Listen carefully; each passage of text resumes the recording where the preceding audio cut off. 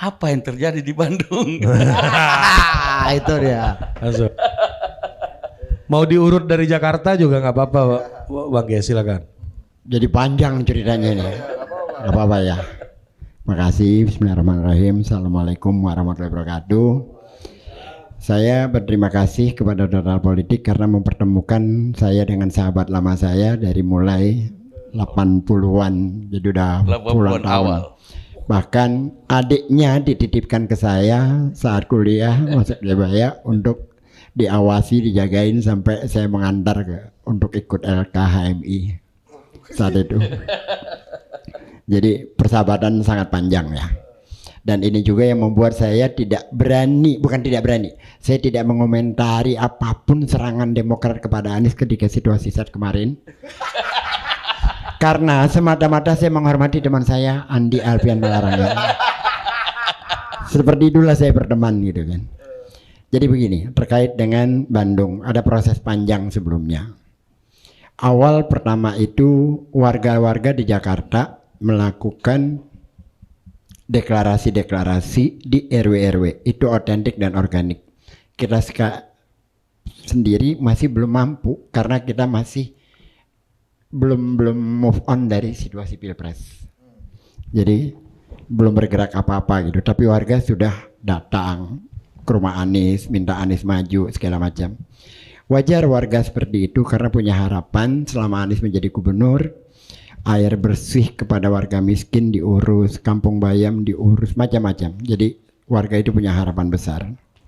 Fenomena ini ditangkap oleh PKB, DPW-nya, bahwa Anies itu ternyata memang sangat diterima oleh warga Jakarta. Lalu PKB melalui DPW melakukan deklarasi yang sudah disetujui, juga disetujui oleh DPP, sudah dikomunikasikan. Lalu kemudian muncul, ini tidak terbuka tapi kita dengar, surat dari DPD PDIP, belum yang lain-lain ya, ini PDIP. PDIP, DPD-nya mencalonkan Anies sebagai calon gubernur dan wakilnya Charles Honoris dan Prasetyo Edy di Jakarta. Jadi bayangkan itu, DPD PDIP. Lalu kemudian Nasdem DPW DKI-nya mencalonkan 3 nama.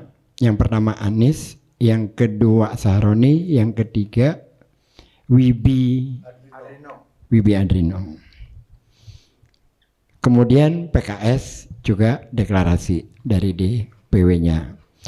Langkah yang kita dengar sama-sama, PKS langsung mendeklarasikan dari DPP Anies dengan Sohibul Iman. Itu Bang ya? Iya, dengan Sohibul Iman.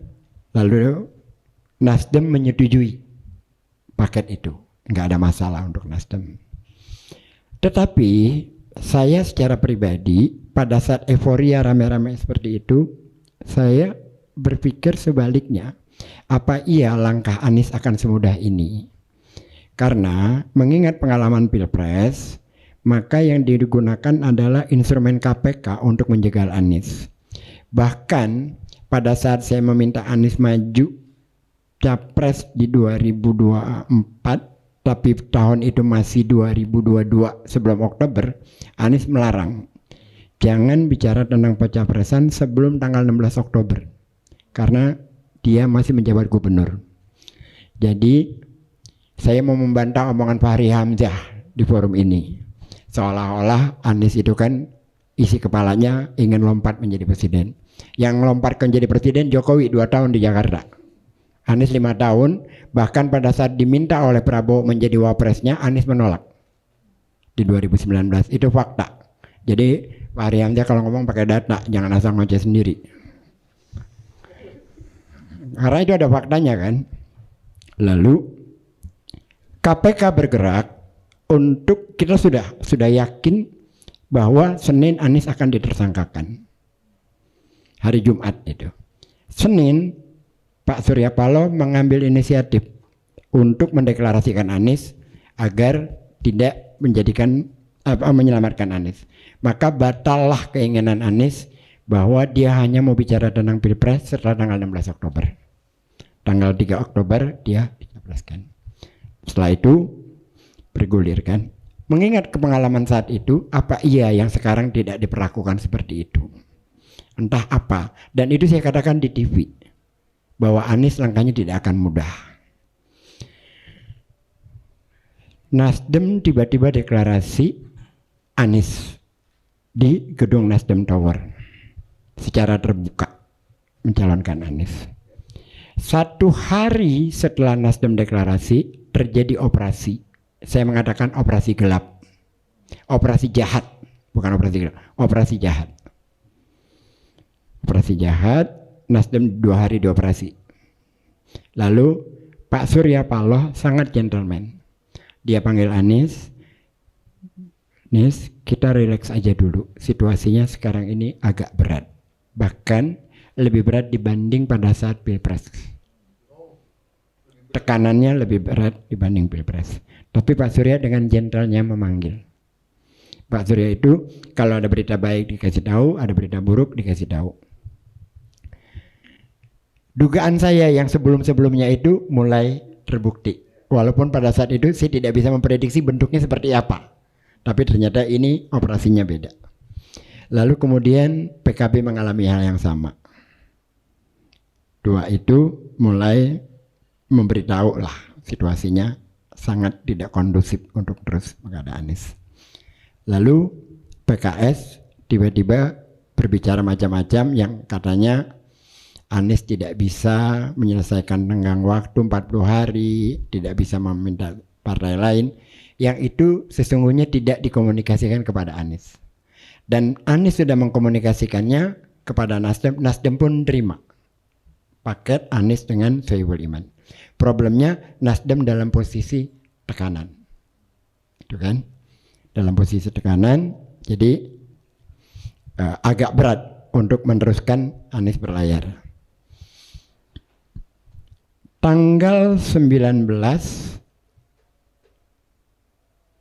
mereka deklarasi semua di Hotel Sultan. Maka tertutup-tutuplah pintu bagi Anies untuk maju karena minimalkan 20% untuk bisa maju di KI. Waktu itu belum MK. Belum MK. Ada putusan MK. Jadi hari Senin itu kita ya sudah, inilah yang memang harus kita hadapi. Senin tertutup, Selasa pagi jam 11 MK bukan kita mendapat beritanya tidak melalui MK. Kita mendapat beritanya dari tweetnya Titik Perludem. Itu kita harus buka semua kan. Informasinya dari Titik karena dia mengamati. Kita lewat radar, nggak masuk dalam radar kita itu. Ramailah di media sosial. Lalu akhirnya benar bahwa MK membuat kebijakan hanya 7,5%. Maka pintu untuk Anies terbuka kembali. Karena pintu terbuka kembali, komunikasi antara Anies dengan PDIP, DPD-nya terutama, Aming ya, naik panggil, itu berjalan intens. Sampai hari Sabtu Anies diundang ke DPD PDIP. Datang ke sana ngobrol seperti biasa, menjawab visi. Dan itu semakin intens. Lalu hari Minggu malam Ahmad Basarah juga Said Abdullah datang menemui Anies di markasnya Anies. Apa? Iya, itu kan fotonya terpampang. Bukan di kantor PDI ya itu bukan, ya? Bukan. Oh, oke. Pada malam gitu, datang. Dan sebelumnya udah komunikasi lain-lain ya. Udah panjang lah komunikasi itu. Dan ada yang diteken-teken aku lihat tuh Bang. Iya. Apa panjang. Lalu ya biasa. Anda lebih paham tuh soal persyaratan saya nggak ngerti itu. Karena kan dia di sekretaris majelis pembina partai ngerti. Saya nggak paham kayak gitu isinya seperti apa, saya nggak paham. Lalu Senin Anies diminta datang ke DPP PDIP bertemu dengan Rano Karno. Yang di situ katanya ada rencana deklarasi Anies. Yang kemudian sampai di sana terjadi perubahan situasi. Katanya ditunda untuk nanti aja dulu karena masih ada proses yang harus dilewati lebih dulu. Sudah, Anies kembali ke markas, saya pun datang menunggu berita, menunggu update. Ternyata sore muncul nama. Karena itu ada penundaan, kita pikir ini berita liar aja, Pramono Anung dan Rano gitu kan. Karena ini kan ada ditunda. Yang akhirnya ternyata terjadi Pramono dengan Anung. Batalah Anies maju di Pilkada DKI karena PDIP mencalonkan Pramono dengan Rano Karno, sementara 12 partai yang lainnya ikut di koalisi Kim Plus itu, yang di situ terbawa juga 3 partai yang tadinya mendukung Anies. 3 partai itu berkat operasi jahat yang dilakukan. Saya harus tegaskan itu. Lalu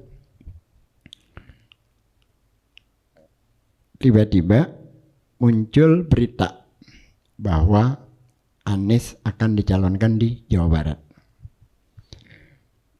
Saya dapat info itu, saya pikir itu relawan. Bang, ini apa benar Anies akan dicalonkan di Jawa Barat? Saya jawab, itu cuma isu. Kalaupun itu benar, secara moral saya tidak yakin Anies akan bersedia. Tampak saya berkomunikasi dengan Anies. Jadi tampak berkomunikasi, saya seperti menjawab pertanyaan teman gitu loh. Ternyata itu jadi headline. Kebayang kalau Anies terima kan muka saya mau taruh di mana gitu kan. Tapi karena saya tahu wataknya Anies rasanya nggak mungkin gitu kan. Jadi saya jawab seperti itu, tetap yakin aja ini tidak mungkin gitu. Dan belum ada pembahasan sama sekali soal Belum Jawa ada Barat. pembahasan sama sekali. Tanggal 28. Udah 28 sore jamnya ada itu. Tanggal 29 malam saya sudah tidak bisa berada di dekatnya Anies. Kenapa?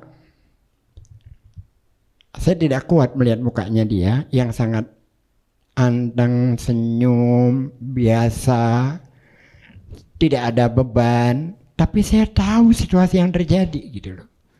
Jadi secara perasaan saya udahlah, udah mendingan saya jauh-jauh aja. Karena semakin dekat dia, saya yang semakin uring-uringan. Orangnya sendiri antang-antang aja. Saya pribadi malah yang nggak bisa gitu melihat situasi semacam itu. Jadi saya datanglah tanggal 29 malam ke Kebayoran, ternyata membahas tentang Anies dicalonkan di Jabar. Keputusannya tetap sama, Anies menolak.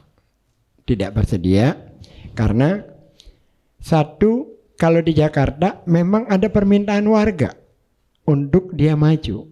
Di Jabar ini nggak pernah. Yang kedua, walaupun suaranya dia 31% di Jabar, tetapi kan secara etika seolah-olah dia memburu jabatan. Gagal di Jakarta, maju di Jabar gitu kan. Jangankan begitu, ada satu hal begini saya cerita ya. Habis Anies kalah Pilpres itu, saya bertanya kepada Anies, Anies, kita siapkan KTP untuk maju independen. Saya yang minta. Apa kata Anies?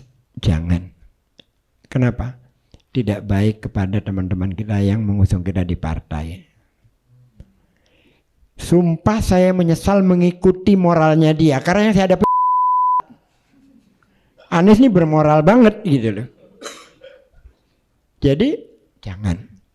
Kita hargai teman-teman yang mengusung kita. Kalau pada saat itu saya tidak mengikuti dia, saya kumpulkan KTP, kan bisa berlayar. Tapi karena saya mengikuti orang bermoral satu ini, ya nggak bisa bergerak kan, akhirnya tetap harus dengan partai. Padahal saya sudah punya ide itu untuk mengumpulkan KTP. Dan gampang banget kok kalau untuk ngumpulin KTP untuk Anies, tapi Anies yang menahan karena menghargai teman-teman yang mengusung di partai.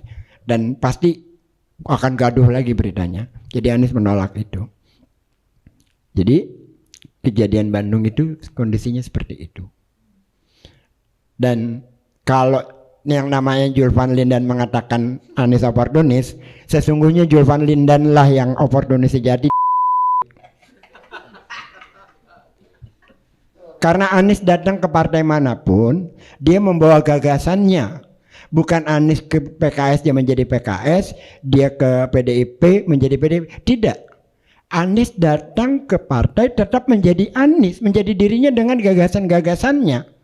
Julvan datang ke PDIP jadi PDIP, pindah ke Nasdem jadi Nasdem, berikut kepribadiannya. Beda cerita bos. Gitu loh. Yang kedua dia katakan Anies selama di DKI sirkus. Saya mau tanya sama yang namanya Julvan Linden karena nggak ada saya waktu Anda wawancara dia. Di mana di Jakarta ini satu aja selain yang banyak hal dilakukan. Di mana tempatnya di Jakarta jembatan penyeberangan orang yang ramah kepada anak, ramah kepada ibu hamil, ramah kepada kaum disabilitas, ramah kepada lansia ada di Jakarta sebelum Anies menjadi gubernur. Di mana adanya? Itu sirkus. Kapan orang miskin dapat akses untuk beli air bersih melalui PAM sebelum adanya Anies? Hidup orang miskin di Jakarta itu untuk beli air bersih lebih mahal daripada kita. Karena dia kan belinya pikulan, mahal. Dan gak bisa air PAM masuk karena dibatasi oleh IMB. Gak ada IMB, gak legal. Oleh Anies, urusan dia legal atau tidak, urusan pengadilan. Tapi hak dasar manusia harus dipenuhi. Maka dibuatlah IMB kawasan agar warga dapat akses air bersih. Yang begitu sirkus Bang Julvan. Mohon maaf. Jadi ya kalau dia bisa ngomong sendiri seperti itu sih juga bisa ngomong dong di sini. Oke. Sebelum ngomong yang lain-lain, ini yang terakhir ya. Ini yang terakhir. Nggak ada kaitannya dengan Anies, nggak ada. Ini. Jadi teman-teman semua, saya punya anak tiga-tiganya itu apolitis. Yang satu sarjana dan S2 di Australia. S2-nya accounting, tentu saja apolitis. Yang satu S2-nya di ITB. Sama, nggak mau ngomong politik, nggak mau apa gitu kan. Tiba-tiba saya senang karena dia mendengarkan total politik. Alhamdulillah anakku punya pencerahan nih. Dan ikut mendiskusikan kepada saya, Pak di forum total politik begini gini. Saya seneng lah. Karena kalau saya ngomong dia nggak dengar, jaraknya terlalu jauh. Tapi kalau dengan kawan dua ini kan jaraknya dekat. Ini sebelum kena gampar nih kita nih. Lalu tiba-tiba mereka bicara tentang ASEAN value. Apa pertanggungjawaban moral kawan dua ini terhadap anak saya dan jutaan anak muda lain yang menggandrungi mereka? Karena ketika anak saya jatuh bangun, saya katakan itu proses yang harus dilalui, itu biasa aja. Tapi tiba-tiba dia melihat ada orang yang cukup dengan bapaknya jadi presiden bisa kemana-mana, dan itu dibenarkan lewat logika ASEAN value. Menurut saya itu tidak bermoral secara ke anak saya. Gue capek ngedidik anak gue, dirusak sama anak dua ini. Karena ada pembenaran seolah-olah gitu. Saya kira dari saya itu, terima kasih. Assalamualaikum warahmatullahi wabarakatuh.